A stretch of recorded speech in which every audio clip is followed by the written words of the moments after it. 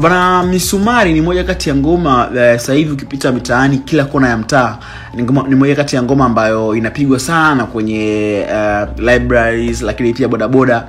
Unajua bodaboda ni moja kati ya watu ambao wana promote sana muziki wa bongo flavor. Yaani ngoma mpya ikitoka kama ikiwa imehit, basi kila bodaboda kwenye pikipiki yake ambaye amefunga music basi itakuwa inalia.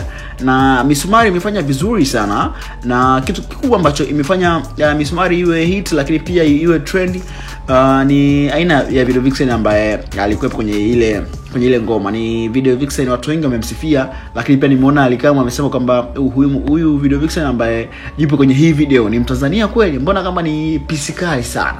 So that is not a big news kwa leo. Nitamani kuonyesha ni namna gani ambavyo hiyo video wameishoot, lakini pia some moments ambazo Diamond Platnumz amekuwa pamoja na yule mwanadada ambaye amemshirikisha kama Video Vixen kwenye ngoma ya Misumari. Tazama hiki pale.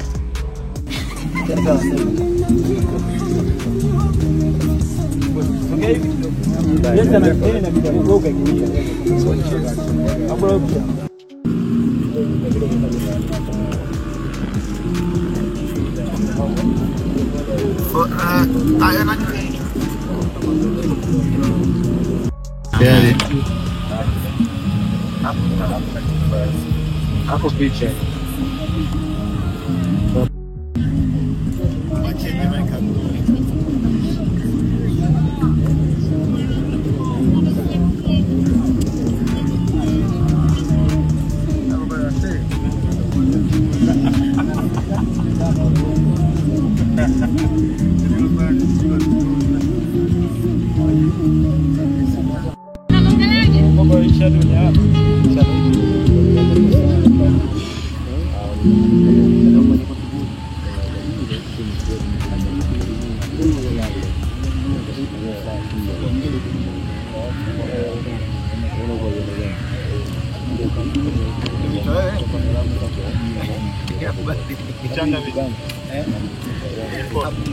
So ni hivyo ndo baadhi ya location ambazo Diamond Platnumz amezishoot kupitia ngoma yake ya Misumari, na ni baadhi chache tu ya location, lakini story nyingi imekuwa ni huyu mwanadada na namna gani ambavyo ameipatia ile scene yake kwa Video Vixen kwenye video hii. Hapa donesha maoni yako kuniambia kwamba unadhani Video Vixen huyu anaweza tena kumchukua Diamond Platnumz, kwa sababu tumeona ni zaidi ya mara moja Diamond amemtumia huyu Video Vixen, lakini sio kawaida kwa Diamond kutumia Video Vixen moja in more than one video. Nini maoni yako? Rudisha maoni yako hapo niambie, lakini kumbusha mpenzi mtazamaji, kama bado hujasubscribe ni wakati wako kuhakikisha kwamba umeweza kuchukua macho kwa kusubscribe ili uwe mwanafamilia bora kabisa wa Line+ Media. Lakini pia nikukumbushe mpenzi mtazamaji, utufollow kupitia mitandao ya kijamii. Kwa upande wa TikTok tunatumia Line+ TV, kwa upande wa Instagram pamoja na X na Facebook kwa tunatumia Line+ TV. Mimi ndo Tony, utakiwa wakati mwema. Bye bye.